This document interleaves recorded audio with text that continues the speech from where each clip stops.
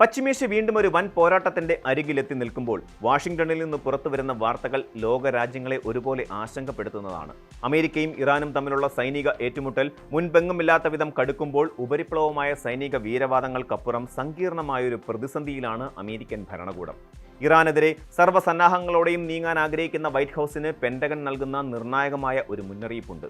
നീണ്ടു നിൽക്കുന്ന ഒരു സമ്പൂർണ്ണ യുദ്ധത്തെ നേരിടാൻ ആവശ്യമായ മിസൈലുകളോ ആയുധ ശേഖരമോ നിലവിൽ അമേരിക്കയുടെ പക്കലില്ല എന്നതാണത്. കേവലം വാക്കുകളിലെ യുദ്ധത്തിനപ്പുറം യാഥാർത്ഥ്യത്തിന്റെ മണ്ണിൽ അമേരിക്ക അഭിമുഖീകരിക്കുന്ന ഈ വൻ പ്രതിസന്ധി പശ്ചിമേഷ്യൻ ഭൂപടത്തെയും ആഗോള സാമ്പത്തിക മേഖലയെയും ഏത് രീതിയിലാണ് ബാധിക്കാൻ പോകുന്നത് എന്ന ചോദ്യം ഇതോടെ അതിശക്തമായി ഉയർന്നു വരുന്നു. ഇറാനെതിരെയുള്ള US സൈനിക നീക്കങ്ങളെ ഏറ്റവും വലിയ രീതിയിൽ പ്രതിരോധത്തിലാക്കുന്നത് പെന്റഗൺ വൃത്തങ്ങൾ തന്നെ പുറത്തുവിടുന്ന മിസൈൽ ദൗർലഭ്യമാണ്. അത്യാധുനിക വ്യോമ പ്രതിരോധ സേനകളുടെയും ദീർഘദൂര ആക്രമണ ആയുധങ്ങളുടെയും കുറവ് ദീർഘകാല യുദ്ധ നടപടികൾക്ക് തടസ്സമാകുമെന്ന് മുതിർന്ന അമേരിക്കൻ ഉദ്യോഗസ്ഥർ മുന്നറിയിപ്പ് നൽകുന്നു. തുടർച്ചയായി നടക്കുന്ന ആക്രമണങ്ങളും പ്രതിരോധ നീക്കങ്ങളും മൂലം ആയുധപ്പുരകൾ അതിവേഗം ശൂന്യമായിക്കൊണ്ടിരിക്കുകയാണ്. പുതിയ നിർമ്മാണങ്ങൾ നടക്കാൻ മാസങ്ങളോ വർഷങ്ങളോ എടുത്തേക്കാം എന്ന സാഹചര്യം നിലനിൽക്കെ പെന്റഗണിന്റെ കൈവശമുള്ള അയൺ ഡോം പോലെയുള്ള പ്രതിരോധ സംവിധാനങ്ങൾ പോലും ഇല്ലാതാകുമെന്ന ഭയം വൈറ്റ് ഹൗസിനുണ്ട്. സുരക്ഷിതമായ രീതിയിൽ ഒരു ദീർഘകാല യുദ്ധം മുന്നോട്ട് കൊണ്ടുപോകാൻ ആവശ്യമായ മിസൈലുകൾ പക്കലില്ലെന്ന നിർണായക സത്യം ഭരണകൂടം പൂർണ്ണമായി തിരിച്ചറിയുന്നില്ലെന്നാണ് ഉദ്യോഗസ്ഥർ ചൂണ്ടിക്കാണിക്കുന്നത്. സൈനിക അണിനിരക്കലിൽ യാതൊരു വിട്ടുവീഴ്ചയ്ക്കും തയ്യാറാകാത്ത ട്രംപ് ഭരണകൂടം പശ്ചിമേഷ്യയിലേക്ക് വൻതോതിൽ യുദ്ധവിമാനങ്ങൾ അയച്ചുകൊണ്ടിരിക്കുകയാണ്. ജർമ്മനിയിൽ നിന്നുള്ള F-16 യുദ്ധവിമാനങ്ങളും ബ്രിട്ടനിൽ നിന്നുള്ള F-35 സ്റ്റെൽത്ത് യുദ്ധവിമാനങ്ങളും ഉൾപ്പെടെയുള്ള വലിയൊരു വ്യോമസേനയെ തന്നെ മേഖലയിൽ വിന്യസിച്ചിട്ടുണ്ട്. ഇതോടൊപ്പം ആകാശത്ത് വെച്ച് ഇന്ധനം നിറയ്ക്കാനുള്ള കൂറ്റൻ റീഫ്യൂവലിംഗ് വിമാനങ്ങളും സജ്ജമാണ്. ഇറാന്റെ പ്രധാന പാലങ്ങൾ, വൈദ്യുത നിലയങ്ങൾ, സാമ്പത്തിക സ്രോതസ്സുകൾ തുടങ്ങിയ നിർണായക അടിസ്ഥാന സൗകര്യങ്ങളെ ലക്ഷ്യമിട്ട് വൻ വ്യോമാക്രമണത്തിന് ട്രംപ് പദ്ധതിയിടുന്നുണ്ട്. എന്നാൽ വ്യോമസേനയെ മാത്രം വിശ്വസിച്ച് ഇറാനെ പോലെയൊരു ഭൂപ്രകൃതിയുള്ള വലിയൊരു രാജ്യത്തെ പൂർണ്ണമായി കീഴ്പ്പെടുത്താൻ സാധിക്കില്ല എന്നതാണ് യാഥാർത്ഥ്യം. അതേസമയം ഇറാന്റെ അതിർത്തിക്കുള്ളിൽ കടന്നുള്ള ഒരു കരയുദ്ധത്തിന് അമേരിക്കൻ സൈന്യം നിലവിൽ പ്രാപ്തമല്ലെന്ന് ലോകരാഷ്ട്രങ്ങളിലെ പ്രതിരോധ വിദഗ്ധർ ഒറ്റക്കെട്ടായി വിലയിരുത്തുന്നു. മേഖലയിലെ സംഘർഷം ഇത്രമേൽ വഷളാകാൻ പ്രധാന കാരണം കഴിഞ്ഞ ആഴ്ച ജോർദാനിലെ US സൈനിക താവളത്തിന് നേരെയുണ്ടായ ഇറാന്റെ മാരകമായ മിസൈൽ ആക്രമണമാണ്. അമേരിക്കൻ പ്രതിരോധ വ്യൂഹങ്ങളെ അതിജീവിച്ച് തുളച്ചു കയറിയ 3 ഇറാനിയൻ മിസൈലുകൾ സൈനികർ വിശ്രമിച്ചിരുന്ന കെട്ടിടങ്ങളും ജിമ്മും വിമാന ഹാങ്കറുകളും തകർത്ത് തരിപ്പണമാക്കിയെന്നാണ് റിപ്പോർട്ടുകൾ. ഈ ആക്രമണത്തിൽ first lieutenant Tyler James Feehan, private Isabella Gonzalez തുടങ്ങിയ സൈനികർ കൊല്ലപ്പെടുകയും നിരവധി പേർക്ക് ഗുരുതരമായി പരിക്കേൽക്കുകയും ചെയ്തു. ഇതിനു പുറമെ ഉത്തര ഇറാഖിൽ വീണ ഡ്രോൺ നിർവീര്യമാക്കുന്നതിനിടയിൽ മറ്റൊരു സൈനികനും ജീവൻ നഷ്ടമായി. കൊല്ലപ്പെട്ട സൈനികർക്ക് പകരമായി ശക്തമായ തിരിച്ചടി നൽകിയെന്നും ഇറാന് വൻ നാശനഷ്ടങ്ങൾ വരുത്തിവെച്ചെന്നും ട്രംപ് അവകാശപ്പെടുന്നുണ്ടെങ്കിലും US സൈനികർക്ക് സംഭവിച്ച യഥാർത്ഥ നഷ്ടങ്ങൾ പെന്റഗൺ ഇപ്പോഴും പൂർണ്ണമായി പുറത്തുവിട്ടിട്ടില്ല എന്ന റിപ്പോർട്ടുകളും ശക്തമാണ്.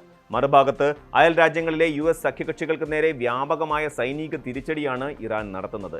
കുവൈറ്റിലെ വൈദ്യുത നിലയങ്ങൾക്കും കുടിവെള്ള സംസ്കരണശാലകൾക്കും നേരെയും ബഹ്റൈന്റെ എയർ നാവിഗേഷൻ സംവിധാനങ്ങൾക്ക് നേരെയും ഇറാൻ ആക്രമണം തുടരുകയാണ്.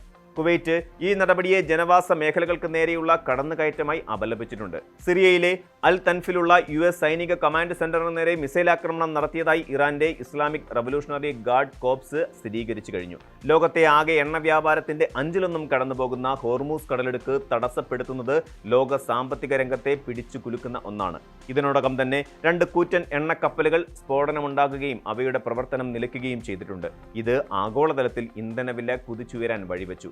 ഇതിനിടെ ഇറാന്റെ തെക്ക് പടിഞ്ഞാറൻ മേഖലയായ ദാർഖോവിനിൽ നിർമ്മാണത്തിലിരിക്കുന്ന ആണവ നിലയത്തിന് നേരെ US ആക്രമണം നടത്തിയെന്ന ആരോപണവും ഉയർന്നു. ആക്രമണത്തിൽ റേഡിയോ ആക്റ്റീവ് ചോർച്ചയോ ഭീഷണിയോ ഉണ്ടാകുന്നില്ലെന്ന് അന്താരാഷ്ട്ര atomic energy agency director Rafael Grossi സമാധാനിപ്പിച്ചുവെങ്കിലും ആണവ കേന്ദ്രങ്ങൾക്ക് സമീപമുള്ള സൈനിക നടപടികൾ എത്രയും വേഗം അവസാനിപ്പിക്കണമെന്ന് അദ്ദേഹം മുന്നറിയിപ്പ് നൽകി. വിദേശ മണ്ണിലെ ഈ അനാവശ്യ യുദ്ധങ്ങൾ അമേരിക്കൻ ജനതയ്ക്കിടയിൽ കടുത്ത അമർഷമാണ് ഉണ്ടാക്കിയിരിക്കുന്നത്. ഡൊണാൾഡ് ട്രംപിന്റെ ജനപ്രീതി ചരിത്രത്തിലെ ഏറ്റവും താഴ്ന്ന നിരക്കായ 37% ഇടിഞ്ഞുവെന്നാണ് പുതിയ സർവേകൾ വ്യക്തമാക്കുന്നത്.